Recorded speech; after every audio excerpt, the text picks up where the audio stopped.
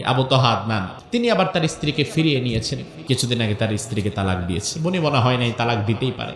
খোলা তালাক, এমন তালাক, তালাকে রাজাই, যেই তালাকের পরে চাইলে আবার স্ত্রীকে ফিরিয়ে নেওয়ার সুযোগও থেকে যায়। কত সমালোচনা ভাই আমার। তালাক দেওয়ার পরে স্ত্রী বিদায় হইল, আপনি আরেক জায়গায় বিবাহ করলেন, আপনি আরেকটা বউ পাইলেন, বউ আরেকটা স্বামী পেল, কিন্তু মধ্যখান দিয়ে যে সংসারটা নষ্ট হলো, এই বাচ্চা কাচ্চারা তো নতুন ভাবে আরেকটা মা আরেকটা বাবা পাবে না। এজন্য 100 বার ভাববেন, এই তালাক নামক শব্দটা নিজের জীবনের ডিকশনারি থেকে কেটে দিবেন, দরকার নাই, ভুলে যান। 2 দিনের দুনিয়া, একসাথে থাকেন, বরকত দিয়ে দিবেন কে? তালাক রে মানুষ কিছু মনেই করে না। এটা ভয়াবহ একটা আত্মঘাতী অস্ত্র, যে অস্ত্র প্রয়োগ করার পরে আর উপায় থাকে না। ওমর ফারুক রাদিয়াল্লাহু আনহুর কাছে বিচার আসলে একদিন, এক মহিলা এসে বললেন, ওমর বিচার করেন। ওমর বললেন, কি বিচার? মহিলাও চালাক, বিচারটা নিয়ে ওমরের কাছেই গেছে। কারণ মহিলা ভালো করে জানে ওমরের বিচার কখনো নরম হয় না, ওমরের বিচার হয় কি? গরম। ওমর বললেন, কি বিচার? মহিলা বললেন, ও আমিরুল মুমিনিন, বিচার হচ্ছে আমার স্বামী আমারে তালাক দিছে। কয়, তালাকের আবার কি বিচার করুম? মহিলা বললেন, তালাকের বিচার নয়, ইসলামে তালাকের বিধান আছে 3টা, আমার জামাই আমারে দিছে রাগ কইরা 100টা। ওমর বললেন, ঠিক আছে, তোমার জামাইরা নিয়ে আসো। আনা হলো। ওমর ফারুক রাদিয়াল্লাহু আনহু চাবুক নিয়ে দাঁড়িয়ে আছেন। এই এদিকে আয়, তালাক দিছিস কয়টা? কয়, রাগের মাথায় দিছি 100টা। দাঁড়া, ওদিক ঘুর। ওমর ফারুক বললেন, 100 তালাক দিয়েছি, ইসলাম তালাকের অধিকার দিয়েছিল 3টা, 100-র মধ্যে 3টা মাইনাস করলে 3টা তোমার বউয়ের ঘাড়ে তালাক হিসাবে পইরা গেছে, আর বাকি রইছে কয়টা? কথা কয় না। ওই 97টা এখন চাবুকের বাড়ি হিসাবে তোর পিঠের মধ্যে পড়বে। আজ যদি আমাদের সমাজে ওমর ফারুকের মতো একজন বিচারক থাকতো, কথায় কথায় যে বেটারা তালাক দেয় এগুলা সোজা হয়ে যেত। ফাইজলামি করো ইসলাম নিয়ে, ফাইজলামির জায়গায় ইসলাম না। তালাক মানুষের জীবনের গুরুত্বপূর্ণ একটা অংশ।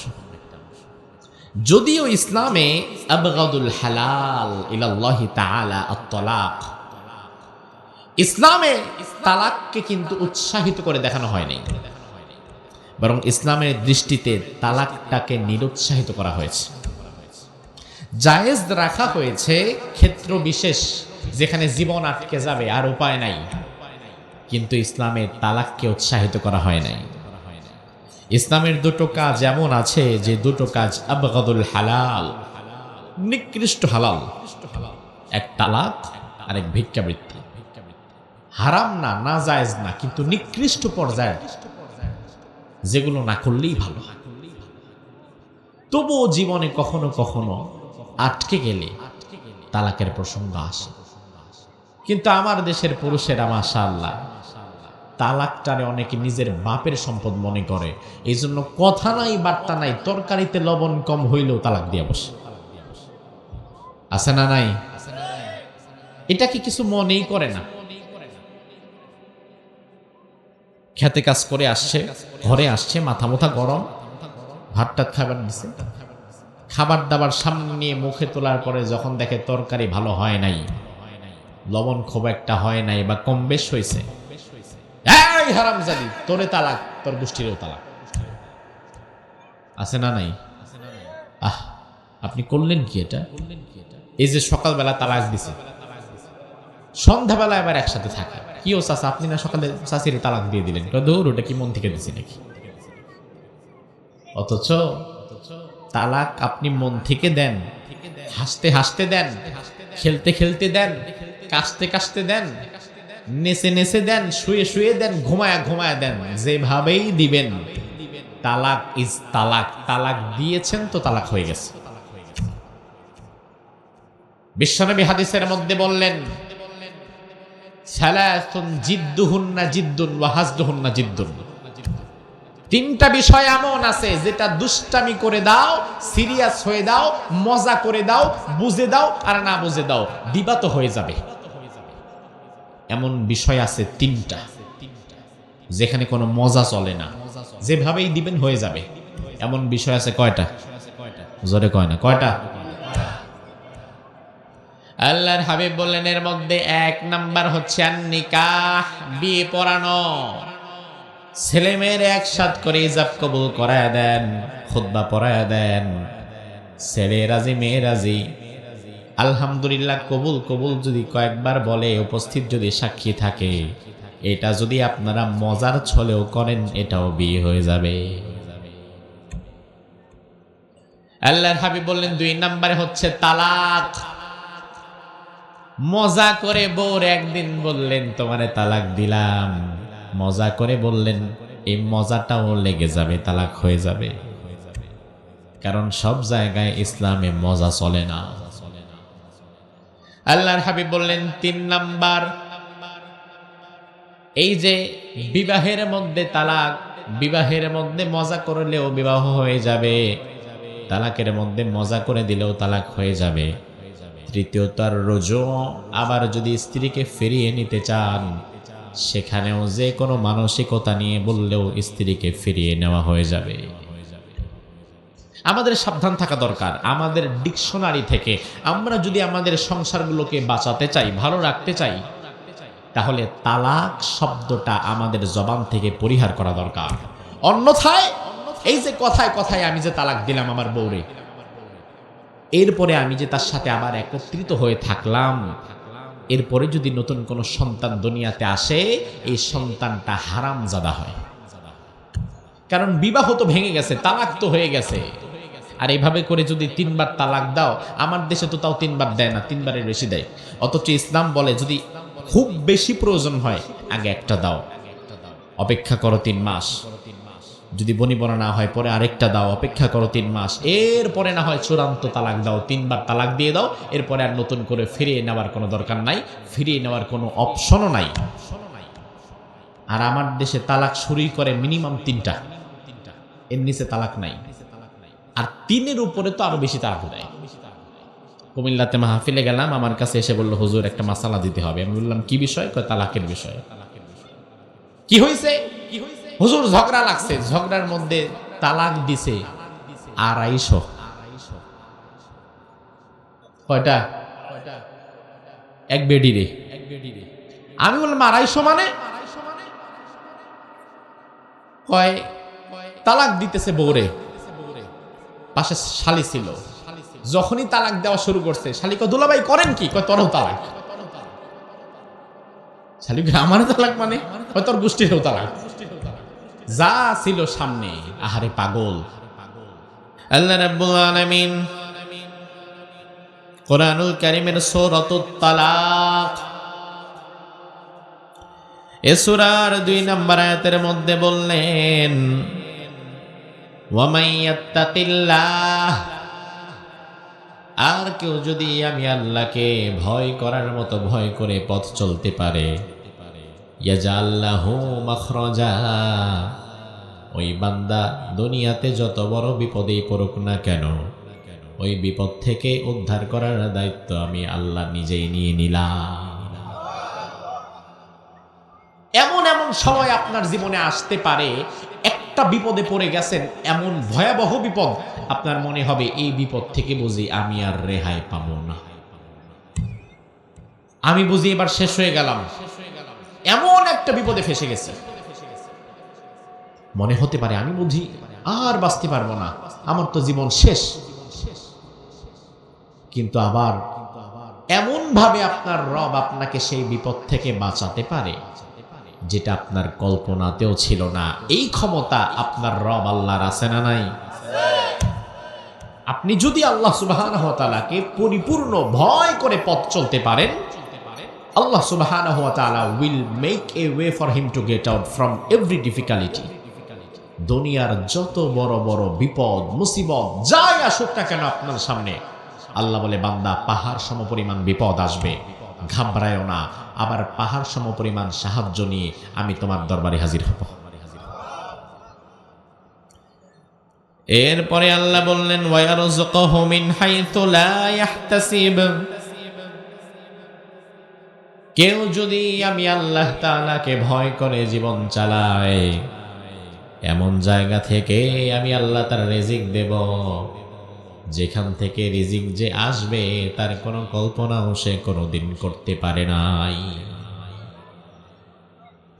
ওয়ামান ইয়াতাওয়াক্কাল আলাল্লাহি ফাহুয়া হাসবুহ, আর কেউ যদি আমি আল্লাহর প্রতি ভরসা করার মতো ভরসা করতে পারে, আমি আল্লাহ তাআলা আমার ওই বান্দার জন্য যথেষ্ট হয়ে যাব।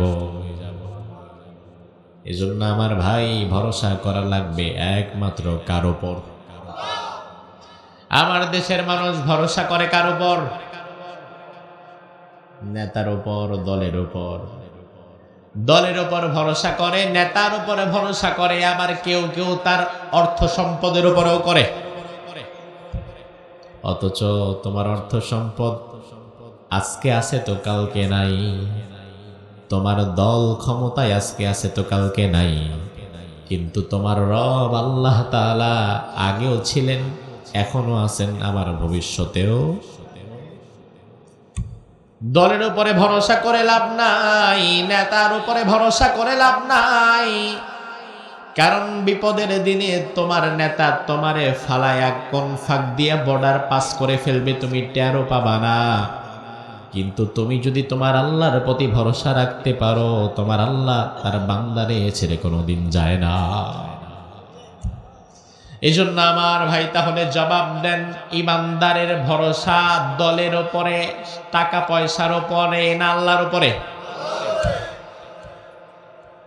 ইন্নাল্লাহা বালিগু আমরি, আল্লাহ রাব্বুল আলামিন তিনি যা পরিকল্পনা করে রেখেছেন সে পর্যন্ত তিনি পৌঁছে দেবেন। কদ জাআলাল্লাহু লিকুল্লি শাইইন কদরা, আল্লাহ সুবহানাহু ওয়া তাআলা প্রতিটি জিনিস হওয়ার পেছনে একটা নির্দিষ্ট সময় ফিক্সড করে রেখেছেন। এই হচ্ছে উক্ত আয়াতে কারিমার শাব্দিক অনুবাদ। আমরা এই আয়াতগুলোকে সামনে রেখে আমাদের জীবন ঘনিষ্ঠ কিছু কথা বলবো।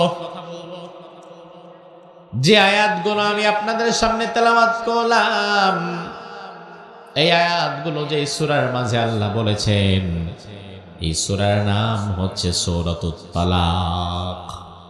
কি নাম? সবাই বলেন দেখি। সূরাতুত, অনেকে ডরে কয় না, আবার বউ তালাক হয়ে যায় নাকি। এমন একটা কোরআন, যেই কোরআনে মা ফাররাতনা ফিল কিতাবি মিন শাই, আপনার জীবনের জন্য এমন একটা পয়েন্ট দরকার ছিল, আপনার রব এই কোরআনে বলে নাই, এমন একটা পয়েন্টও নাই। আপনার জীবনের জন্য দরকার যাহা, এই 30 পারা কোরআনে রয়েছে তাহা। যা দরকার তিবিয়ানাল লিকুল্লি শাই, বিস্তারিত আল্লাহ বলে দিয়েছেন।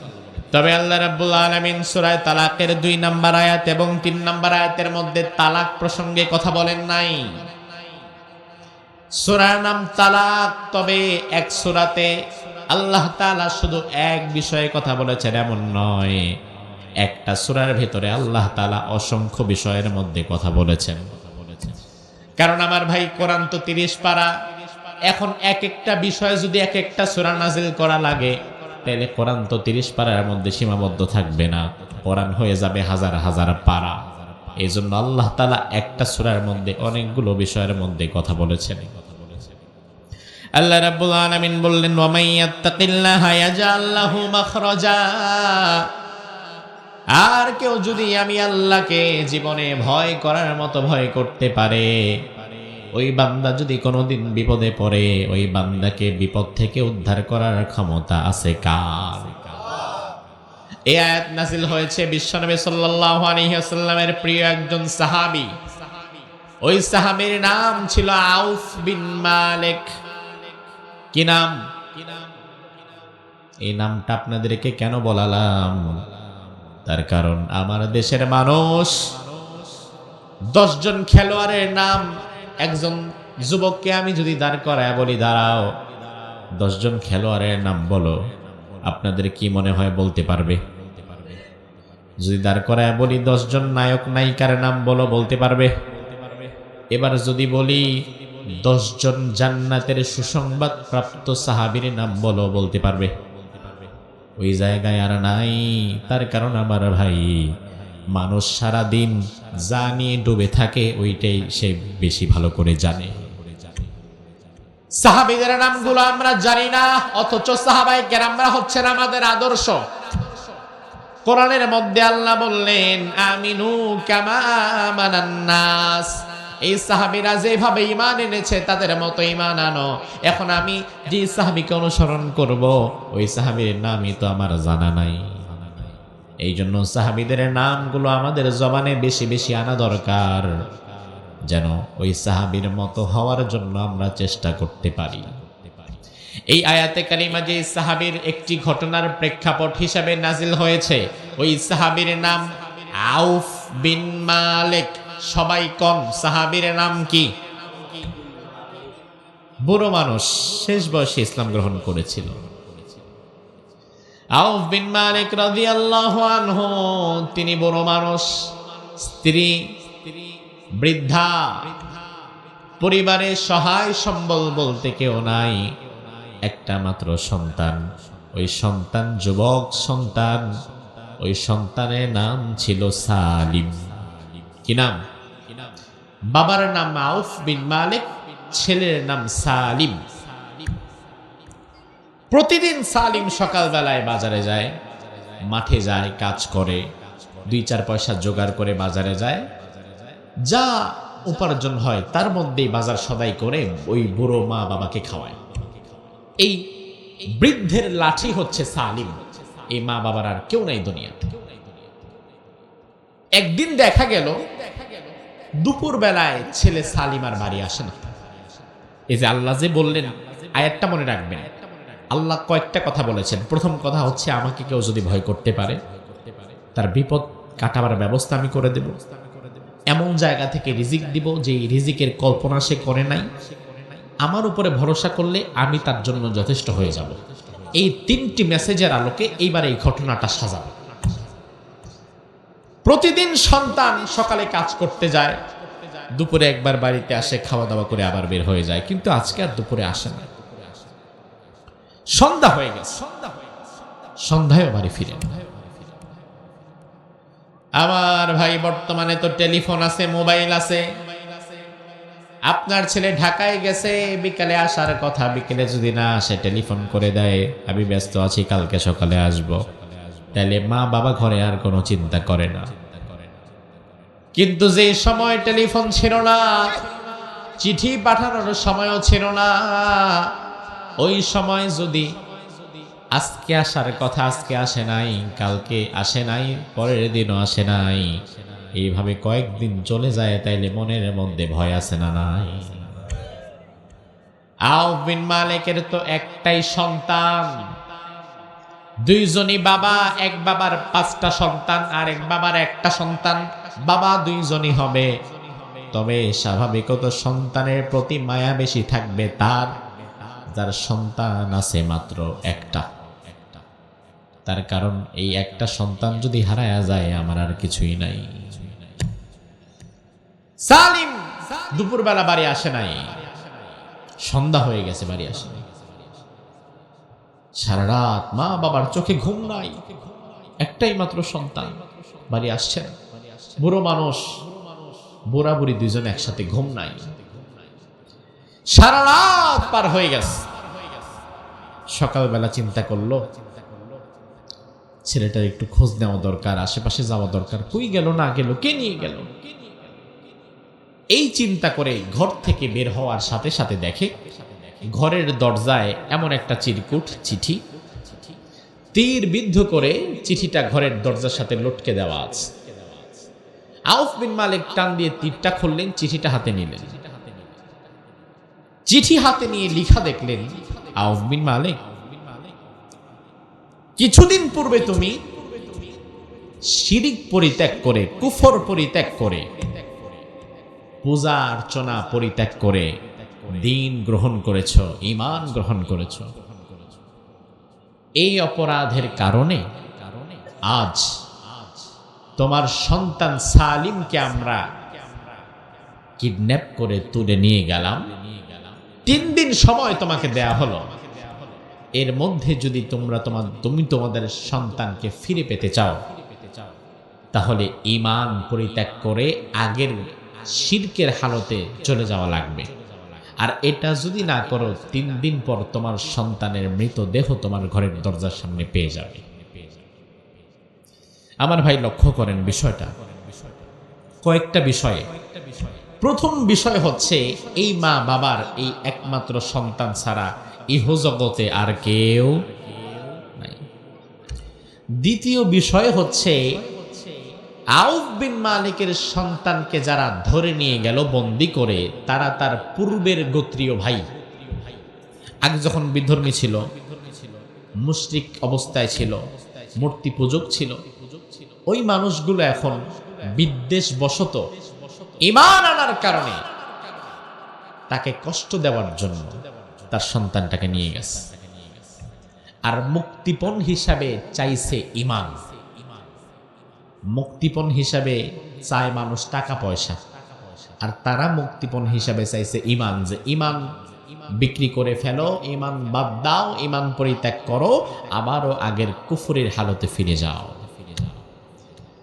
দুনিয়াতে এখনো পর্যন্ত পৃথিবীর নানান প্রান্তে ঈমান আনার কারণে জুলুম অত্যাচারের শিকার হচ্ছে এমন মানুষ কি পৃথিবীতে আছে না নাই?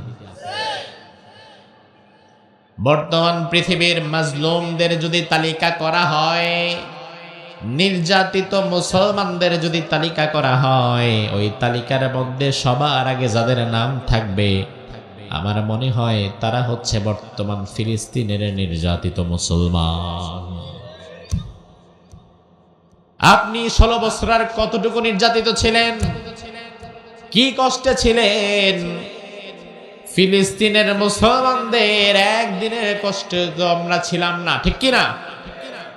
এই যে ফিলিস্তিনের লক্ষ লক্ষ মুসলমান, মানবতার চূড়ান্ত বিপর্যয় যেখানে ঘটেছে, খাবার নাই, পানি নাই, এমন কষ্ট তাদেরকে দেওয়া হচ্ছে, যেই কষ্টগুলো নিজে না দেখলে অন্যকে বর্ণনা করাও যায় না।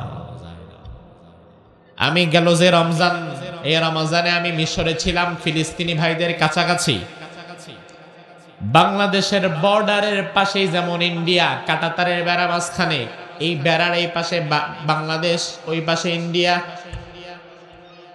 মিশর এবং ফিলিস্তিনের মাঝেও এমন কাঁটাতারের বেড়া, এই কাঁটাতারের এই পাশে ফিলিস্তিন, অপর পাশে ইজিপ্ট, মিশর।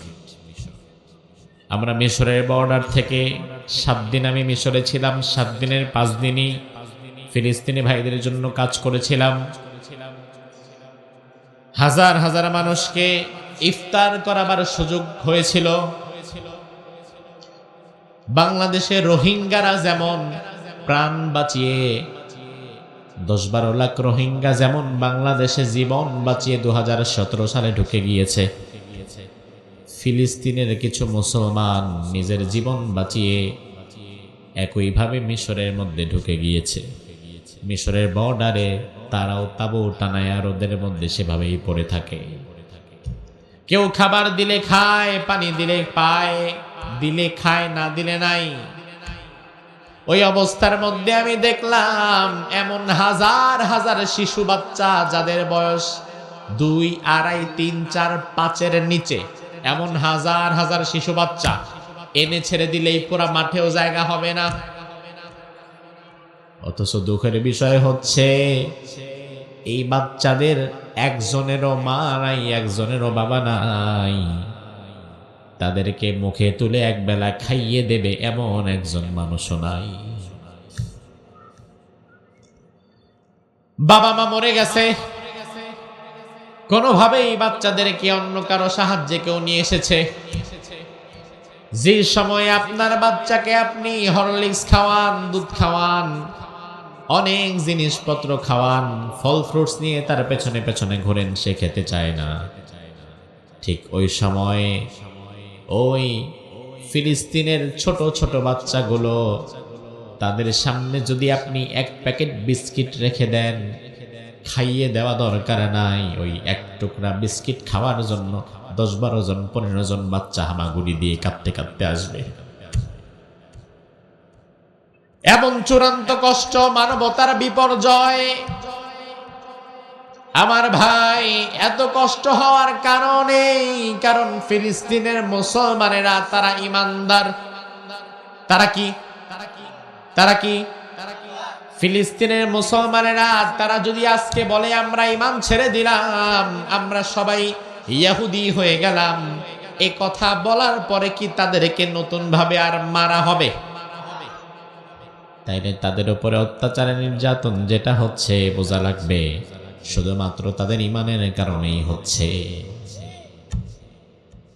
আউফ বিন মালিক রাদিয়াল্লাহু আনহু ঈমান গ্রহণ করার কারণে তার সন্তান সালিমকে ধরে নিয়ে গেছে কাফেরেরা,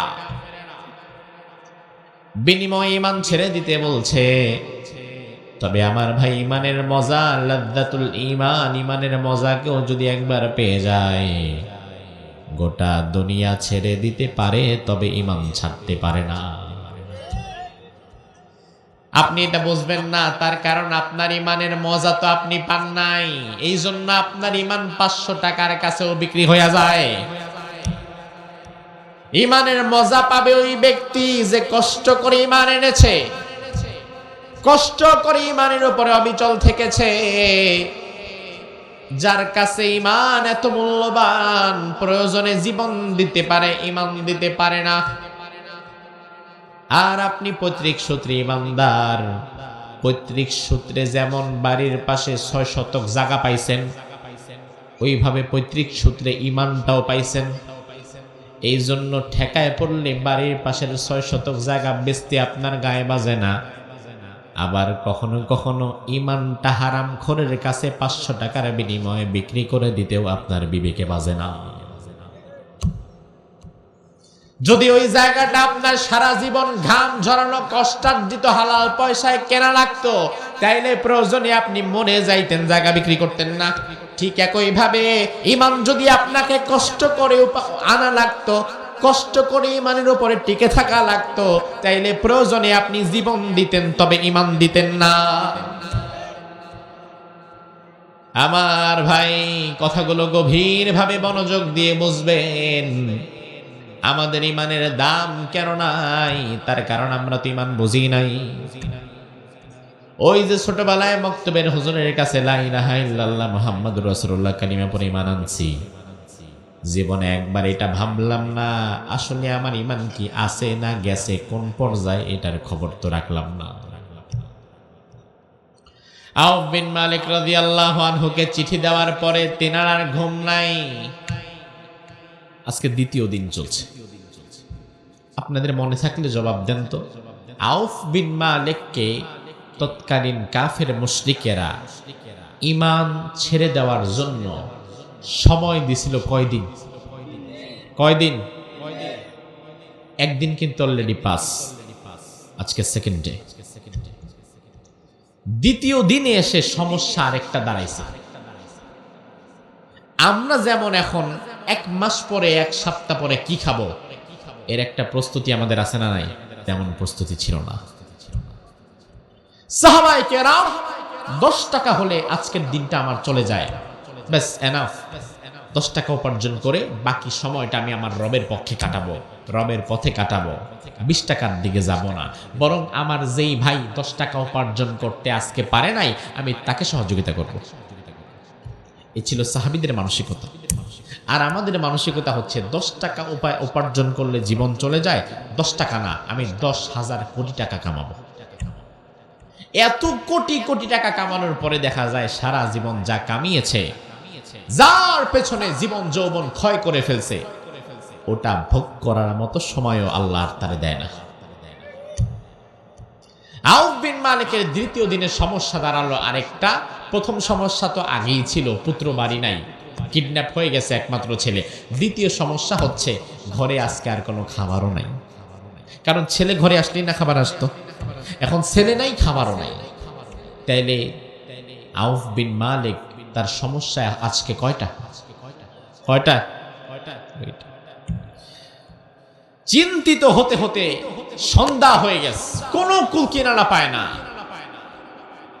স্ত্রী এসে বলে, স্বামী একটা কথা বলি, দেখেন নেককার স্ত্রী থাকলে ঘরটা কেমন জান্নাত হয়ে যায়। বদকার স্ত্রী আপনার জীবন ধ্বংস করার জন্য যথেষ্ট, আবার নেককার স্ত্রী আপনার জীবনকে সাজিয়ে দেওয়ার জন্য যথেষ্ট। বিয়ে যখন করবা যুবক, বিয়ে করার সময় শুধু গায়ের চামড়া দেখে বিয়ে করো না, কারণ বাহ্যিক বাহিরের সৌন্দর্য বিয়ে করার সময় শুধুমাত্র বাহিরের চামড়ার সৌন্দর্য দেখে করো না। এই চামড়ার সৌন্দর্য একদিন ফিকে হয়ে যাবে। চারিত্রিক সৌন্দর্য দেখে করো, যে সৌন্দর্য কোনোদিন শেষ হয় না। আমার দেশের পোলাপান বিয়ে যখন করতে যায় চামড়ার সৌন্দর্যটা আগে দেখে, অথচ বিয়েটি যে টিকটকে নাচে এতে তার কোনো যায় আসে যায় না। বিয়ের সময় শুধুমাত্র নিজের শয্যা সঙ্গিনী খুঁজো না, বরং বিয়ের সময় তোমার সন্তানের পরবর্তী প্রজন্মের একজন মা নির্বাচন করার জন্য তুমি যাচ্ছ। এটা তোমার মাথায় রেখো।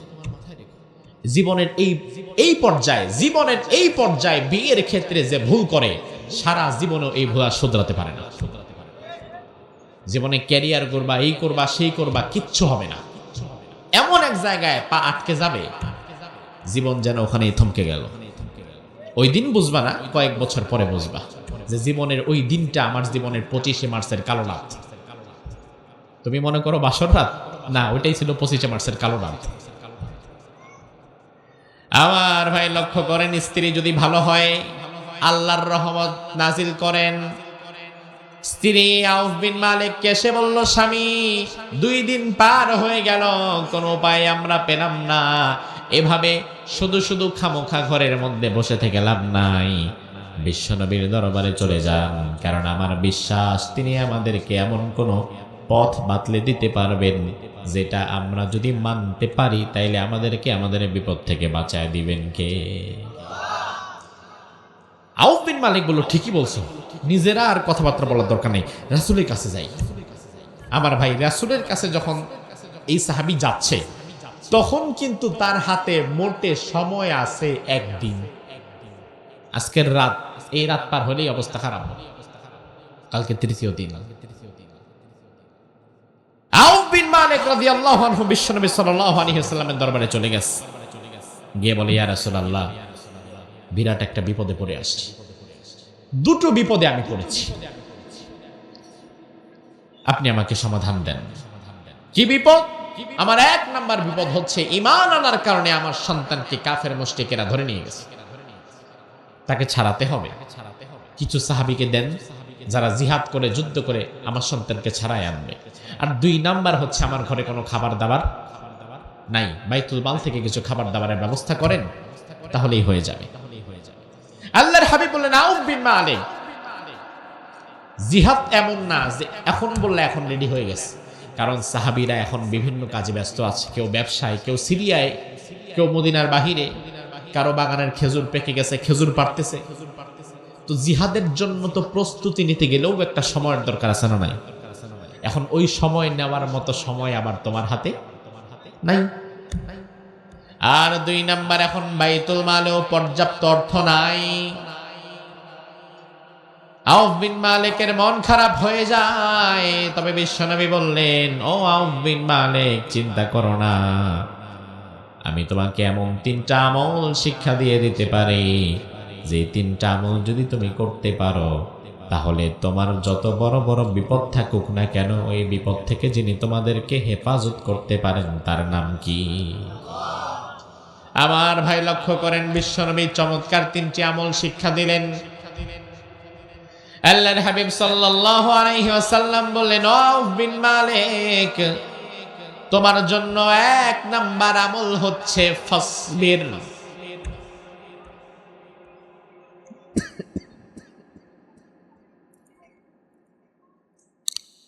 বিসমিল্লাহ।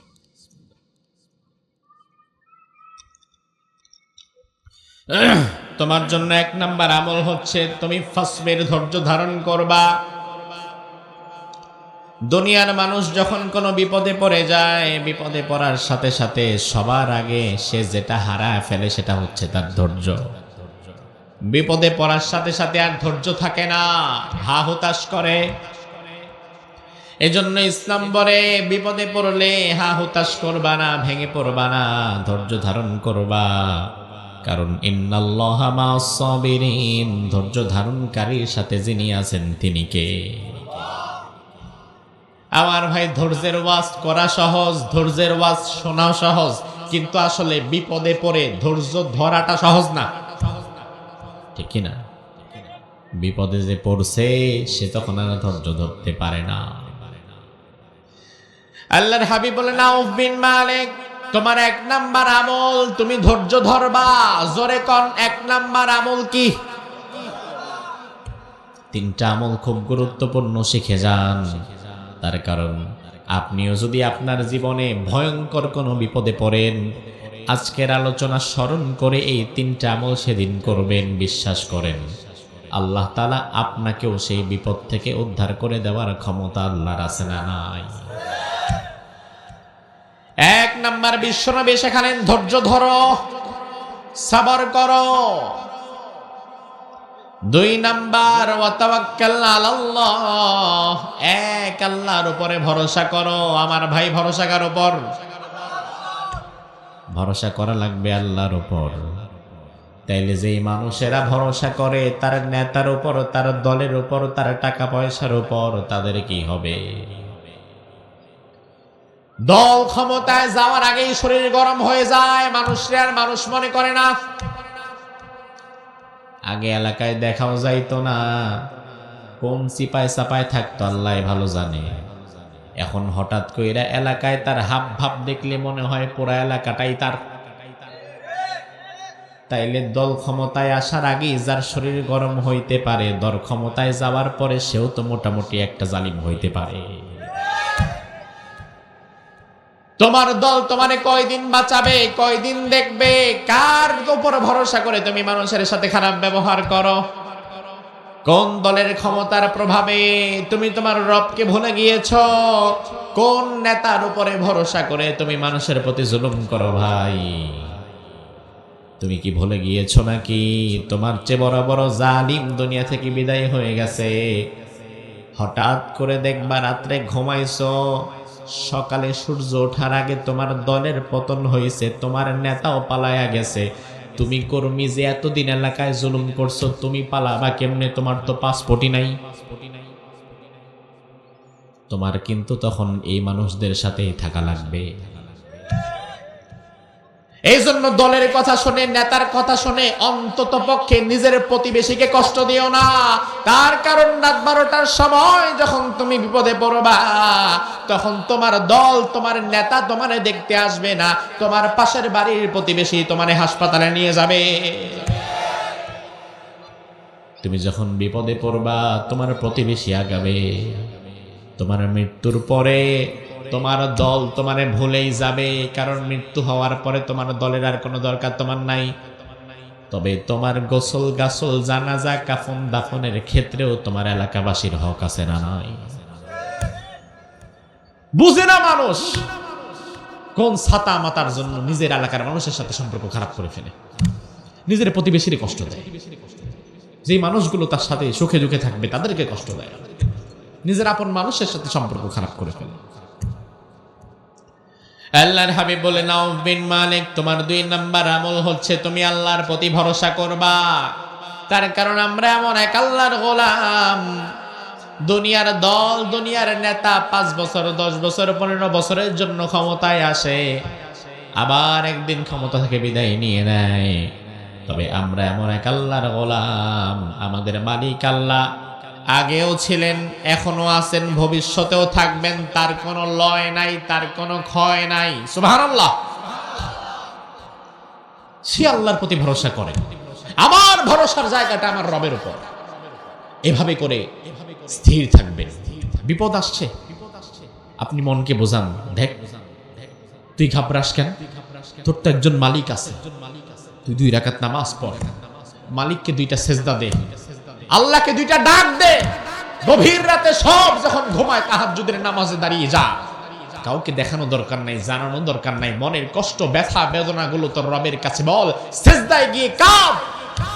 রবের উপরে ভরসা রাখ, বিপদ থেকে মুক্ত করার ক্ষমতা সেই রবের আছে না নাই? আমার যার মালিক আছে তার টেনশন থাকে না, টেনশন তো তার যার মালিক নাই। আমার ভাই, একবার বনের ভেতরে এক হিংস্র বাঘ এক ছোট্ট গরুর বাছুরকে দৌড়াতে দৌড়াতে খাওয়ার জন্য পেছনে তাড়া করেছে। গরুর বাছুরটা সামনে এসে দেখে আর কোথাও যাওয়ার উপায় নাই, সামনে একটা কূপ। কূপ বুঝেন? আগে ছিল না এদিকে কুয়া। ওই কুয়ার পানি শুকায় গেছে, নিচটা কাদা কাদা হয়ে গেছে। বাছুর চিন্তা করলো বাসি আর মনি, আগে লাভ দেই। বাছুরও লাভ দিছে কূপের ভিতরে, কাদার মধ্যে পা চারটা আটকে গেছে। আবার অন্যদিকে ওই হিংস্র বাঘটাও লাভ দিছে, সেই কাদার মধ্যে আটকে গেছে। এবার বাছুর খুব খুশি। হিংস্র বাঘ কয়, কিরে ব্যাককল হাসস কেন? তোর লিগে তো আমিও বললাম, এত খুশি কেন? তুই তো মরলি, আমারও মারলি, এখন আমিও তো উঠতে পারব না। কারণ কাদায় গেথে যাওয়ার পরে যত শক্তি হোক না কেন, যত শক্তি খাটাবেন তত আরো নিচের দিকে ডাববেন। বাছুর মুসকে মুসকে হাসে আর কয়, আমি মরবো না, আমার কোনো টেনশন নাই, কারণ আমার একজন মালিক আছে। আমার মালিক সারাদিন আমারে খুঁজবে, যখন পাবে না, সন্ধ্যার দিকে যখন এই রাস্তা দিয়ে যাবে, আমি যদি আমার মালিকরে ডাক দেই হাম্বা হাম্বা করে, আমার ডাকের আওয়াজ আমার মালিকের কানে চলে যাবে। আমার মালিক আইসা যেমনি হোক কূপ থেকে আমারে বাঁচায় নিবে। কিন্তু তুই বাঁচবি কেমনে? তোর তো মালিক নাই, ঠিক না? তোরে বাঁচাবে কে? তোর তো কোনো মালিক নাই। এই জন্য আমার ভাই, মালিকরে ভুলে যায় না। বাঘের মতে শক্তি নিয়েও লাভ নাই, কারণ যার মালিক নাই তারে বিপদ থেকে বাঁচাবার কেউ নাই। আর আমার শক্তি কম থাকতে পারে, তবে আমার ভরসা যদি আমার মালিকের উপরে থাকে, তাইলে আমার মালিক আমার বিপদ থেকে উদ্ধার করার ক্ষমতা আমার মালিকের আছে না নাই? আল্লাহর হাবিব বলেন, এই জন্য তোমার 2 নাম্বার আমল, আল্লাহর প্রতি তুমি ভরসা করবা। তাহলে আমল গেল কয়টা? কয়টা? 2টা। রাসূল কয়টা বলছিলেন? 3টা। এবার বিশ্বনবী বললেন, আউফ বিন মালিক, তোমার জন্য 3 নাম্বার আমল হচ্ছে এমন একটা ছোট্ট দোয়া শিখায় দিব, তুমিও পড়বা, ঘরে গিয়ে তোমার বউরেও পড়াবা। ওই দোয়াটা শিখবেন, পড়বেন তো ইনশাআল্লাহ। আমার ভাই, ওই দোয়াটা হচ্ছে লা হাওলা ওয়ালা কুওয়াতা ইল্লা বিল্লাহ। পছন্দ হলো না দোয়াটা? পছন্দ হইব কেমনে? তো আমিও পারি। এমন কি দোয়া না, কি যেন একটা দোয়া বোধহয় শেখাবে, ও মা এই দোয়া নিয়ে, তো আমিও পারি। আমার ভাই, অনেক সময় ঘরের আনাচে কানাচে এমন কিছু লতা পাতার জন্ম হয়, যে লতা পাতার ভেতরে এমন অনেক গুণাগুণ থাকে, যে গুণাগুণ আপনি না জানার কারণে ওই লতা পাতার দিকে কোনোদিন আপনি তাকায়াও দেখেন না।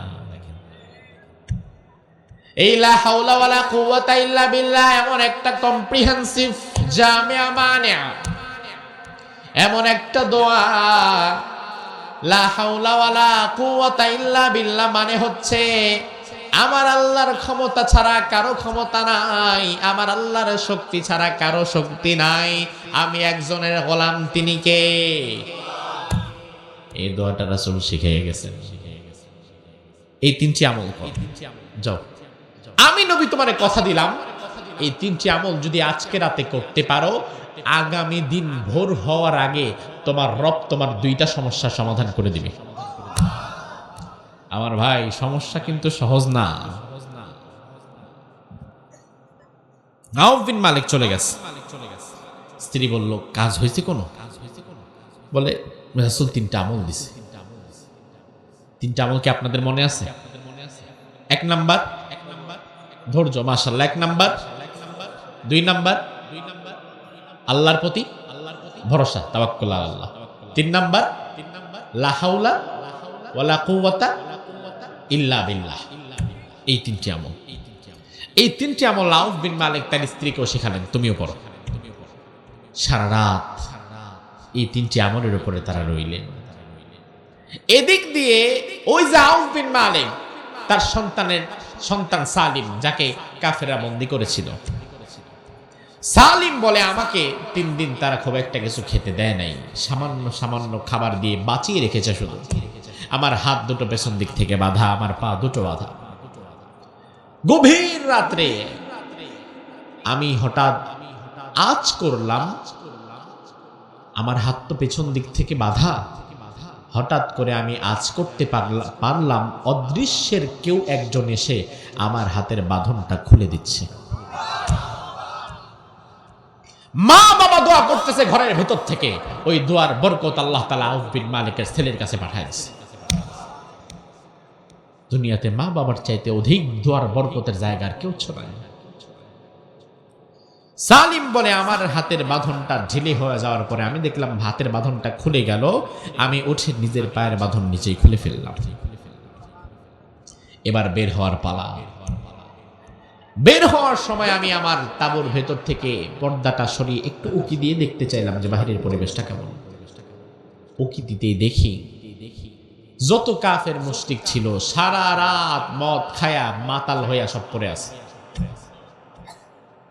ও মদ খাইছে আর চাচা কয় সুবহানাল্লাহ।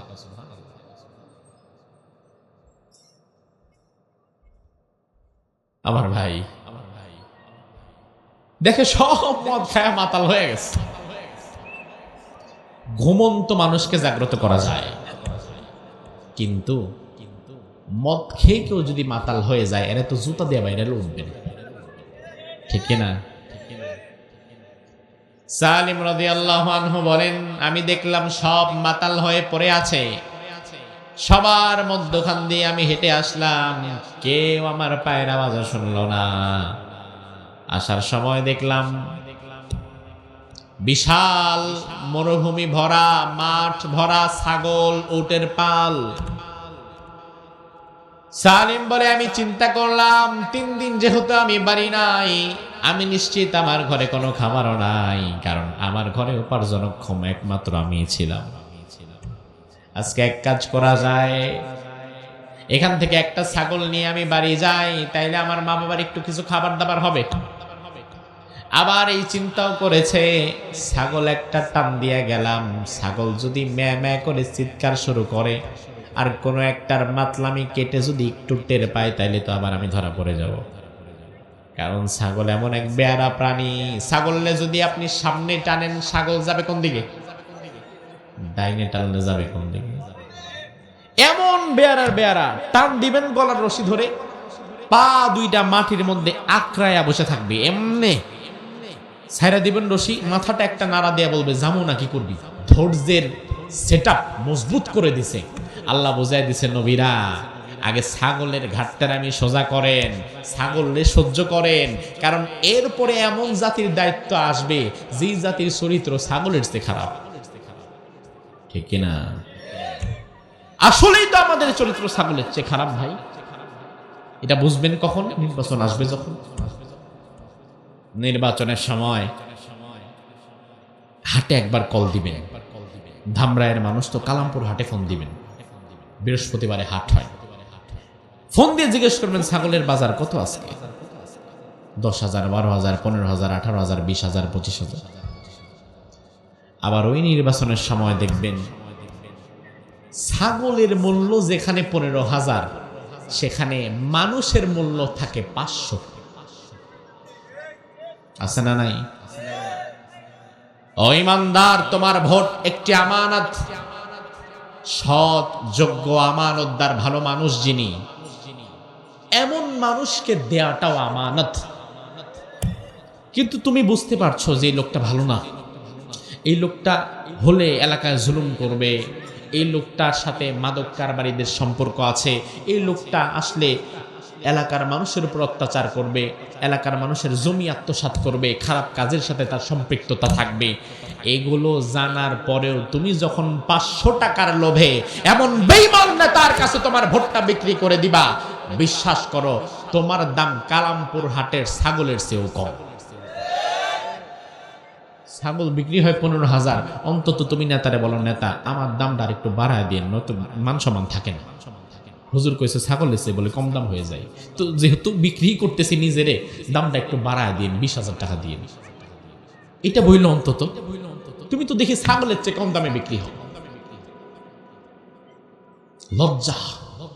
এই জন্য আল্লাহ তাআলা সব নবীদেরকে নবুয়ত দেওয়ার আগে ছাগলের রাখাল বানিয়েছে। আমার ভাই সালেম বলল, আমি ছাগলকে টানাটানি করলাম না, বরং একটা ছাগলের মাথার মধ্যে হাত দিয়ে বললাম, চল আমার সাথে বাড়ি চল। এই কথা বলে আমি আর পেছনের দিকে তাকালাম না।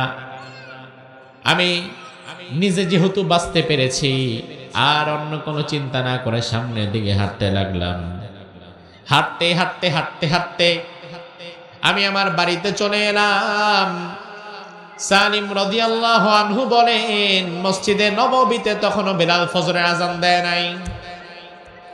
আমি আমার বাড়ির দরজায় এসেছি, ঘরের মধ্যে একটা টোকা যখন দিয়েছি, আমার বাবা আউফ বিন মালিক ঘরের দরজা খুলে দিয়েছে। আমার বাবা যখন আমারে দেখেছে, আমারে দেখার পর পরেই মসজিদে নববী থেকে বেলালের আজানের আওয়াজ ভেসে আসছে। আমার ভাই দেখেন, রাসূল কিন্তু আগেই বলে গেছিলেন, তুমি যদি আল্লাহর প্রতি ভরসা করে এই আমলগুলো করতে পারো, আগামী দিন সকাল হওয়ার আগে, সূর্য ওঠার আগে তোমার সমস্যার সমাধান আল্লাহ করে দিবেন। বিশ্বনবীর সেই কথার বাস্তবতা আছে না নাই? ছেলেকে দেখে বাবা তো খুশি, বুকে আলিঙ্গন করছে, বাবা তুমি আসছো, আমাদের আমল তো আল্লাহর দরবারে কবুল হয়ে গেছে বাবা। তবে আউফ বিন মালিক তাকিয়ে দেখে, আমার ছেলে তো একা আসে নাই, ছেলের সাথে আবার আউফ বিন মালিক তাকিয়ে দেখে ছেলের পেছনে একটা দুইটা না, 4,000 ছাগলের বিশাল একটা পাল চলে আসছে। এই 4,000 ছাগলের পেছনে আবার পাহারাদার হিসাবে 100টা উট দাঁড়ায় আছে। অর্থাৎ ওই মাঠে যা ছিল একটাও বাকি নাই, আন্ডা বাচ্চা সুদ্ধা চলে আসছে।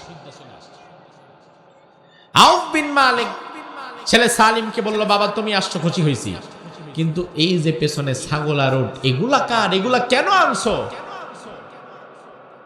সালিম এতক্ষণ পর্যন্ত পেছনে তাকায়ও নাই, বাপের কথা শুই না পেছনে তাকায় দেখে পেছনে কিয়ামত হয়ে গেছে। এটা তার জানাও ছিল না। সালিম বলে, বাবা বিশ্বাস করেন, এগুলো একটাও আমি আনি নাই, আমি তো শুধু একটা ছাগলের মাথায় হাত রেখে বলেছিলাম, আমার সাথে বাড়ি চল, তাহাল মাই ইলাহিনা, কিন্তু এগুলা সব যে দৌড় দিবি আমি তো বুঝি নাই। দেখেন, ঘরে অভাব, খাবার নাই, ওই মুহূর্তেও সাহাবায়ে কেরাম আগে চিন্তা করেছেন, আহাদা হালাল আমিনাল হারাম, এটা কি হালাল হবে না হারাম হবে, এই চিন্তা তাদের মাথায় ছিল। যখন তাদের অভাব ছিল, অভাবে পড়ার পরেও তারা হালাল হারাম যাচাই বাছাই করত। আর এখন হারাম খাওয়া অনেকের স্বভাবে পরিণত হয়ে গেছে। অভাবে খায় না, অভাব নাই, কিন্তু এখন হারাম খায় স্বভাবে। এখন অভাবে সুদ খায় না, এখন সুদ খায় স্বভাবে। আহারে মানুষ, কি লাভ এই ইবাদতের? কারণ ইবাদত কবুলের 1 নম্বর শর্ত হালাল উপার্জন। তুমি হালাল উপার্জন নষ্ট করেছো, নামাজ পড়ছো, লাম তাকবাল লাহু সালাহ, আল্লাহ কবুল করবে না, কি লাভ? আমার ভাই, আমাদের সমাজে এক শ্রেণীর মানুষ আছে,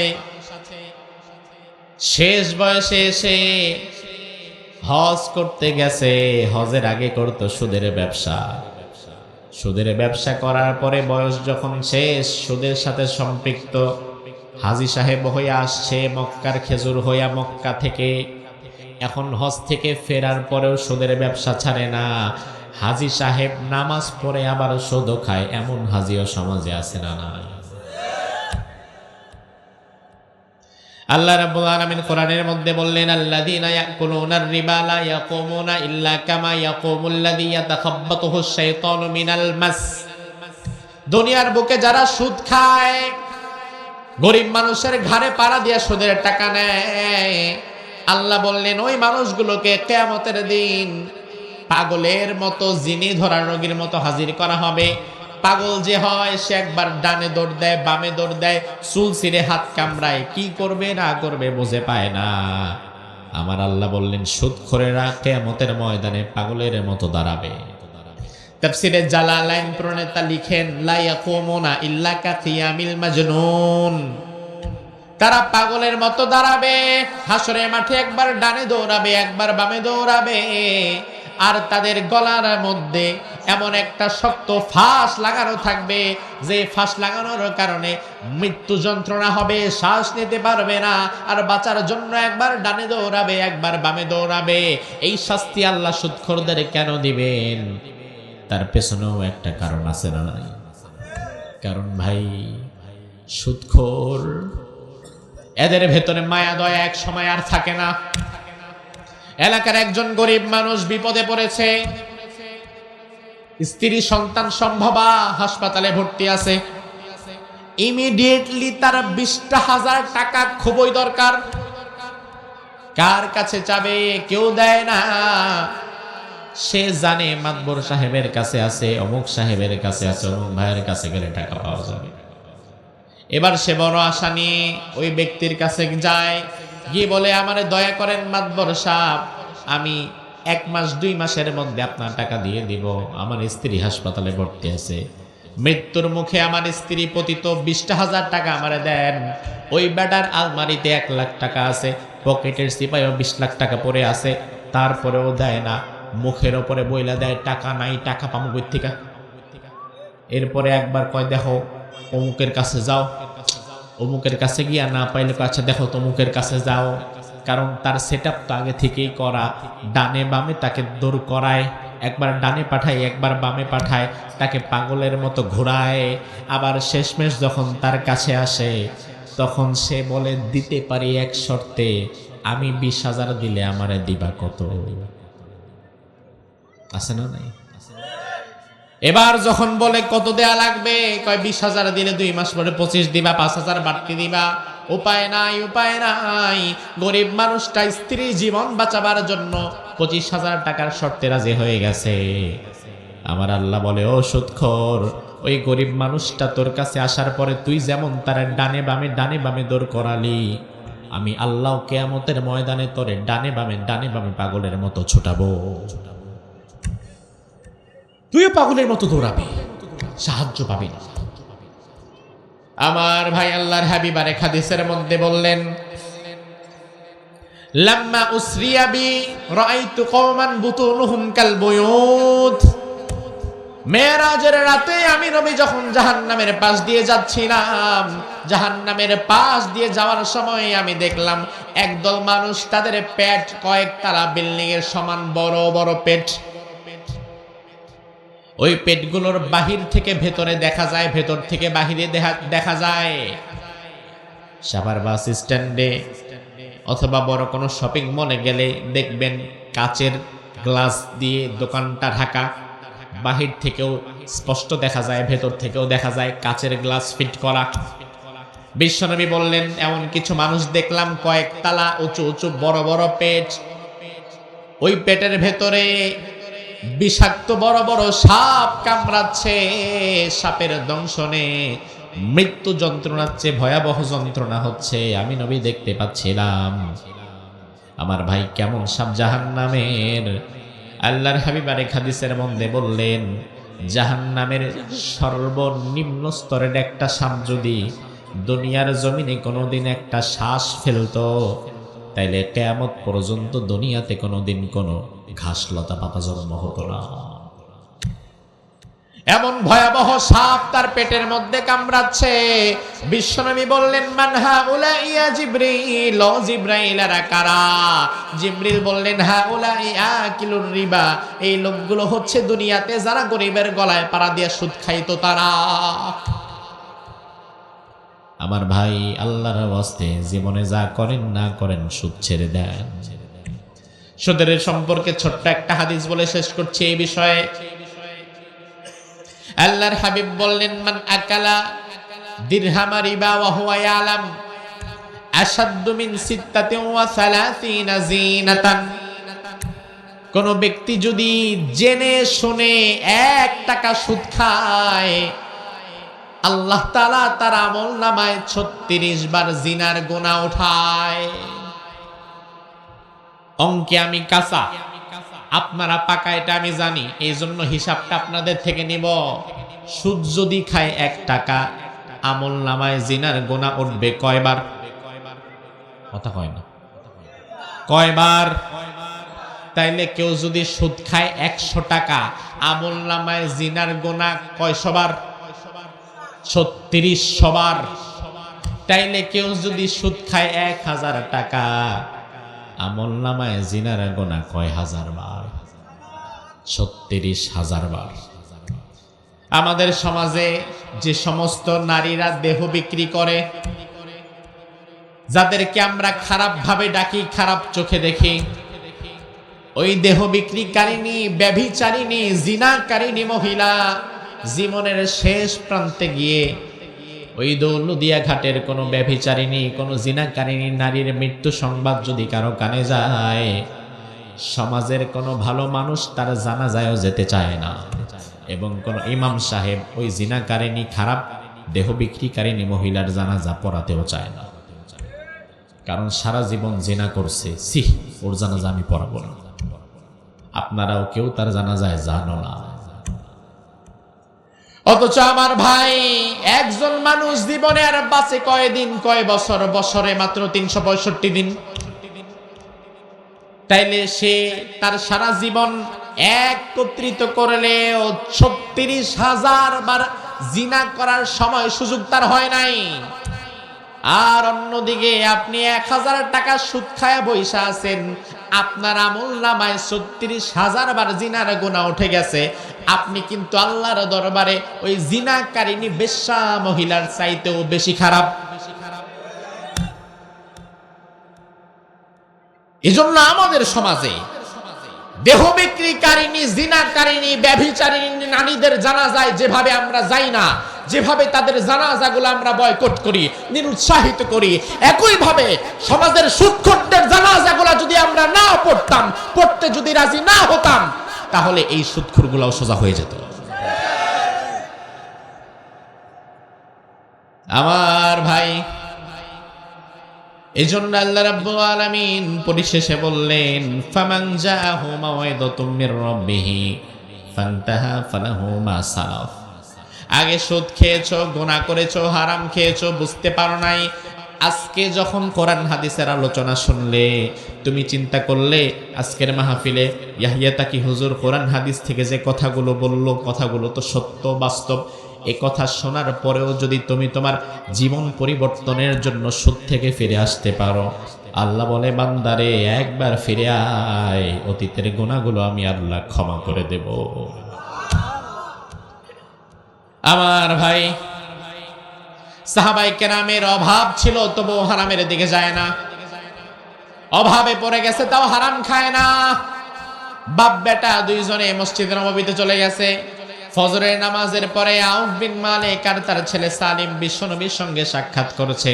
আল্লাহর হাবিবকে গিয়ে আউফ বিন মালিক বলে, ইয়া রাসূলুল্লাহ, আপনার দেওয়া 3টা আমলে আমার জীবন তো খুলে গেছে, আমার ভাগ্য খুলে গেছে, আমার সমস্যার সমাধান হয়ে গেছে, আমার ছেলে বাড়ি চলে এসেছে। তবে বিষয় হচ্ছে, আমার ছেলের সাথে আমার 4000 ছাগল আর 100 উট আসছে। এগুলো খাওয়া কি আমাদের জন্য হালাল নাকি হারাম, আমরা জানতে চাই। আল্লাহর হাবিব বললেন, আউফ বিন মালিক, তোমার সন্তান সালিম কোনোদিন 4000 ছাগল আর 100 উটকে তোমার দরজায় নিয়ে আসতে পারবে না। কিন্তু তুমি যখন আল্লাহর দরবারে চেয়েছো, আল্লাহ কোরআনের মধ্যে নিজেই বলেছেন, কেউ যদি আমার প্রতি ভরসা রাখে আমি তার জন্য যথেষ্ট হয়ে যাই। কেউ যদি আমাকে ভয় করে বিপদ থেকে বাঁচাবার জন্য আমি তার জন্য যথেষ্ট হয়ে যাই। এবং কেউ যদি আমার কাছে চায়, এমন জায়গা থেকে তার রিজিক দেই যেটার রিজিকের কোনো কল্পনাও সে করে নাই। এই আয়াতের ভিত্তিতে তুমি যখন আল্লাহর দরবারে সবর করেছো, তওবা করেছো, তাওয়াক্কুল করেছো, লা হাওলা ওয়ালা কুওয়াতা ইল্লা বিল্লাহ পড়েছো, আল্লাহ তাআলা খুশি হয়ে তোমার সন্তান সালিমকেও মুক্ত করে বাড়ি পাঠায়া দিছে, এবং সাথে সাথে তোমার ঘরে হাদিয়া স্বরূপ 4000 ছাগল আর 100 উটও পাঠায়া দিছে। কে পাঠাইছে? আল্লাহ সুবহানাহু ওয়া তাআলা। এজন্য এগুলো তোমাদের জন্য হারাম হবে না। আল্লাহ সুবহানাহু ওয়া তাআলা এগুলো তোমার জন্য, তোমাদের জন্য পাঠিয়েছে। এজন্য আমার ভাই, আজকের আলোচনার শেষাংশে আমাদের মূল শিক্ষা হচ্ছে এই পুরো আলোচনা থেকে যে বিষয়টা আমরা শিখতে পেলাম, বিপদে পড়লে, মুসিবতে পড়লে ডাকা লাগবে কাকে? জোরে কন। আর ভরসা করা লাগবে দলের উপরে, নেতার উপরে, কার উপরে?